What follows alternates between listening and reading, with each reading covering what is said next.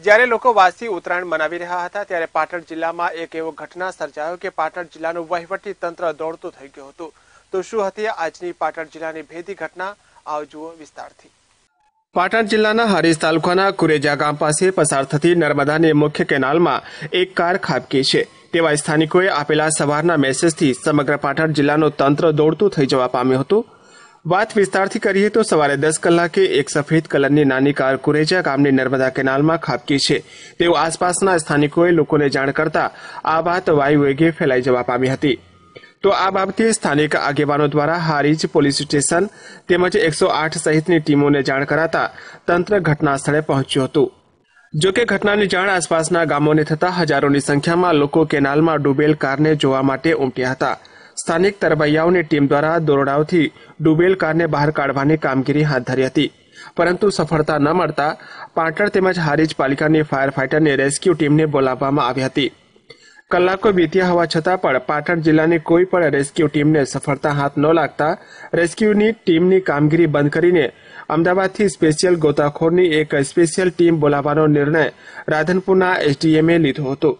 અત્યારે ફાયરના માણસો અંધારું થવાથી રેસ્ક્યુ બંધ કરે છે અને સવારે વહેલી સવારે અંજવાળું થતાં ચાલુ કરવામાં આવશે।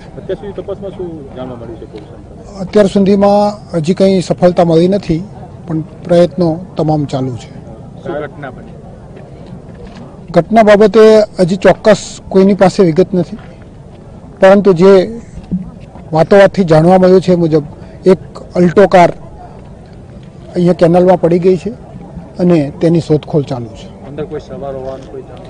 એટલે ચાલુ ગાડી હતી એટલે ડ્રાઈવર તો હોય જ, એટલે ડ્રાઈવર એક હોવાની શક્યતાઓ છે।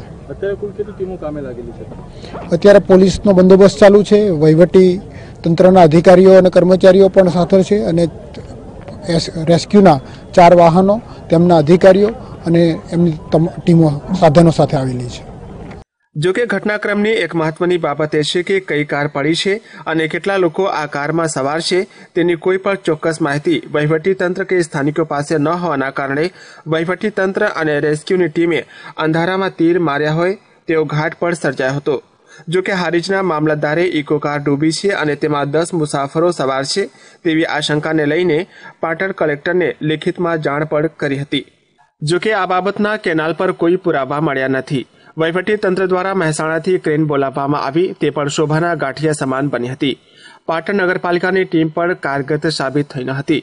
ત્યારબાદ અમદાવાદથી આવેલી ફાયરની રેસ્ક્યુ ગોતાખોર ટીમે જ્યારે કેનાલ પર પોતાનો મોરચો સંભાળ્યો ત્યારે કેનાલ પર હાજર લોકોને આશા બંધાઈ હતી કે હવે કાર કે અથવા કારમાં ડૂબેલા લોકો બહાર આવશે, પરંતુ સાંજે 5 વાગ્યે આવેલી અમદાવાદની ગોતાખોર ટીમ 2 કલાક કામ કર્યા બાદ રાતનું અંધારું થતાં પોતાનું સર્ચ સ્થગિત કરી અને ઓપરેશન હાલ પૂરતું બંધ રાખવાની ઘોષણા કરી હતી, જેને લઈને કેનાલ પર હાજર લોકોમાં નિરાશા વ્યાપી હતી। સવારે 10 વાગ્યાની આ ઘટના છે। અહીંયા સ્થાનિક લોકોથી પોલીસને ટેલિફોનિક મેસેજ મળેલો કે અહીંયા એક ગાડી અંદર ખાબકી છે, કઈ ગાડી છે, ક્યારે પડી છે એવું બહુ સ્પષ્ટ નહોતું, એટલે સ્થાનિક પોલીસ તરત પહોંચી હતી, મામલતદારશ્રી પણ પહોંચ્યા હતા। ત્યારબાદ રાધનપુરથી હું પણ અહીંયા આવ્યો અને અહીંયાના જે સબ ડિવિઝનના ડીવાયએસપી સાહેબ છે એ પણ અહીંયા આવ્યા। એટલે માનનીય એસપી સાહેબના તરફથી પણ સૂચનાઓ સતત પોલીસને મળી, એટલે બંદોબસ્ત આ તે બધી વ્યવસ્થા થઈ। સાથે સાથે કલેક્ટર સાહેબ સતત અમારી સાથે સંપર્કમાં રહ્યા અને મહેસાણાથી ક્રેનની પણ વ્યવસ્થા કરી, અહીંયા સ્થાનિક આરએનબીના જેસીબી વગેરે પણ લાયા, સ્થાનિક તરવૈયાઓ પ્રયત્ન કર્યા। બનાસકાંઠાથી ચાંગા ગામના જે છે ભાઈ એ પણ તરવૈયા છે એટલે એમને પણ ત્યાંથી લાવવામાં આવ્યા। એટલે સ્થાનિક તરવૈયાઓ સાથે સાથે પાટણની આખી નગરપાલિકાઓની જે આપણી ટીમો છે ફાયરની, એમણે પણ પ્રયત્નો કર્યા અને સાંજે 5 વાગ્યા પછી 5 વાગ્યાની આસપાસ અમદાવાદથી પણ જે મ્યુનિસિપાલિટીની ટીમ છે એ ફાયરની ટીમ અહીંયા આવી છે, એટલે એમણે પણ 2 કલાકથી પ્રયત્ન કર્યા અત્યારે 7 વાગ્યા સુધી, પણ કોઈ લોકેટ થતી નથી। પ્રવાહ વધારે છે પાણીનો અને ડેપ્થ પણ છે, એટલે અત્યારે કોઈ વસ્તુ નીચે ડિટેક્ટ થતી નથી। જ્યાં સુધી લોકેટ ન થાય ત્યાં સુધી અંધારામાં કામ કરી શકાય એવું નથી, એટલે હવે પછીનું જે કામ છે એ કાલે સવારથી ફરીથી શરૂ કરવામાં આવશે। ઘટના એક કાર અહીંયા પડી છે એવું સ્થાનિક લોકોનું કેવું છે, એટલે એ રજૂઆતના પગલે અંદર કારની શોધખોળ ચાલુ છે। કારમાં કેટલા લોકો સવાર હતા એના કોઈ મેસેજ છે? કારમાં કેટલા લોકો સવાર હતા એવું કોઈ મેસેજ અમને અત્યાર સુધી મળ્યું નથી. બધા અલગ અલગ પ્રકારની વાતો કરે છે. કેનાલની વાત કરું, કેનાલમાં કેટલા ફૂટ ઊંડું પાણી છે અને કઈ ઓછું કરવામાં આવ્યું એની માટે કોઈ કાર્યવાહી? કેનાલમાં 6 થી 7 મીટર પાણી હતું સવારે, જેમાં 1.5 થી 1.5 મીટર જેટલું પાણી નીચું ગયું છે. પરંતુ આ મેઇન બ્રાન્ચ કેનાલ છે એટલે એની અંદર સંપૂર્ણ પાણી બંધ કરવો એ એમાં ખૂબ સમય લાગે તેમ છે. સવારે કોના દ્વારા કામગીરી કરવામાં આવશે? આ જે ટીમ આવી છે અત્યારે રેસ્ક્યુની, એ રેસ્ક્યુની ટીમ સાથે ચર્ચા કરીએ છીએ. આ ટીમ જો અહીંયા રોકાઈ જશે તો એમના મારફત અથવા તો બીજી કોઈ ટીમની વ્યવસ્થા કરવી પડે તો એ પણ અમે કરીશું. અત્યારે હાલ જે ટીમ કામ કરે છે એમના હેડ જે છે એમની જોડે ચર્ચા કરીને અમે નિર્ણય કરીશું. મુસાફરકાર હોવાનું પણ સામે આવ્યું છે ક્યાંક ને ક્યાંક. અત્યારે જે રીતની અહીંયા સ્થાનિક લોકોએ જે વાતો કરી છે એ રીતનું જોતા કોઈ જે મેં લગભગ 5 વ્યક્તિઓ સાથે ચર્ચા કરી છે વ્યક્તિગત રીતે, પણ દરેક વ્યક્તિનું એવું કહેવું છે કે કાર હતી, નાની હતી અને વ્હાઇટ કલર કે સિલ્વર કલરની હતી. કોઈ સ્પષ્ટ અત્યાર સુધી કહી શક્યું નથી. પેસેન્જર કાર હોવાનું મામલતદાર સાહેબે પત્ર જાહેર કર્યો.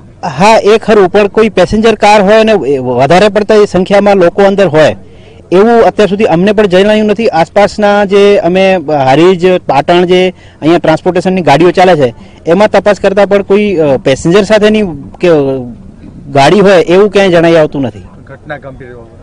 ઘટના ગંભીર જે રીતે લોકો જણાવે છે કે ભાઈ કાર હતી ને અંદર પડી છે અને અંદર ડ્રાઈવર તો કમસે કમ હોય, તો એ ઘટનાની ગંભીરતાને ધ્યાને લઈને જ આજ સવારથી આખી ટીમો અહીંયા કામ કરી રહી છે અને હજુ પણ અમે કાલ સવારથી પાછા શરૂ કરીશું. જો કે આસપાસના સ્થાનિકોમાંથી એવું પણ સાંભળવા મળ્યું હતું કે બાજુના ગામનો એક યુવાન કાર લઈને કેનાલમાં પડ્યો છે અને તેના પરિવારજનો પણ કેનાલ ખાતે આવી બેઠા છે. આ યુવાનનો કોઈ અત્તો પત્તો ન મળતા આ યુવાન કાર લઈને ડૂબ્યો હોય તેવું પણ અનુમાન લગાવવામાં આવ્યું હતું. જો કે વહીવટીતંત્રે જણાવ્યું હતું કે કેનાલમાં પાણી, કચરો તેમજ લીલી વેલ હોવાના કારણે રેસ્ક્યુમાં ઘણી અગવડતાનો સામનો કરવો પડી રહ્યો છે. અમદાવાદથી આવેલા ટેકનોલોજીથી સજ્જ 3 ગાડીઓના કાફલા સાથે આવેલા 25 રેસ્ક્યુ ટીમના કર્મીઓએ રાત પડવાના લીધે ઓપરેશનને વિરામ આપ્યો હતો. રેસ્ક્યુ ટીમ દ્વારા નાખવામાં આવેલા લોખંડના આંકડામાં ફક્ત કચરો જ હાથ લાગ્યો હતો. જો કે કાર કયા લોકેશન પર ખાબકી છે તેની ચોક્કસ માહિતી રેસ્ક્યુ ટીમ પાસે ન હોવાના લીધે અને રાતનો અંધારો થઈ જવાના કારણે હાલ પૂરતી તો કામગીરી બંધ કરવામાં આવેલ છે. અમદાવાદથી અમે 3 ગાડી લઈને આવેલા છે. એક જીપકાર છે, એક રેસ્ક્યુ ટેન્ડર છે અને એક મલ્ટી ફંક્શનલ વાન છે. લગભગ અમારો 25 જણનો સ્ટાફ છે. 2 કલાકથી અમે પ્રયત્ન કર્યો ગલ નાખીને, પણ એની અંદર કચરો બહુ ભરાય છે. સેકન્ડ કે પાણીનો ફ્લો વધારે છે, એટલે અમે ડેપ્યુટી કલેક્ટર સાહેબને વાત કરી કે સાહેબ પાણી ઘટાડવું પડશે. પણ હવે સાહેબે આગળ વાત કરી છે એટલે પાણી ઘટાડ, પ્લસ કે અત્યારે અંધારું થઈ ગયું છે એટલે અંધારામાં રેસ્ક્યુ કામ થઈ શકે નહીં પાણીમાં. હા, અત્યારે અંધારું થયું એટલે હવે સવારે કામગીરી થઈ શકે નહીં. સવારે કોના દ્વારા કામ કરવામાં આવશે? હવે સવારે તો જે તે ગાડી બોલાવે એના કલેક્ટર સાહેબ એના ઉપર આધાર રહે. હાલમાં તમે જે તપાસ કરી એમાં તમને શું લાગ્યું? અત્યારે હાલ તો અમે જ્યાં નાખ્યો અંદર ગલ એની અંદર કચરો જ બહુ ભરાય છે. હવે ચોક્કસ લોકેશન જે નથી એના આધારે અત્યારે કહેવું અશક્ય છે. અત્યારે રાતે તો પરત જ ફરશે. યસ દરજી સાથે લાઈવ ગુજરાત ન્યૂઝ, પાટણ.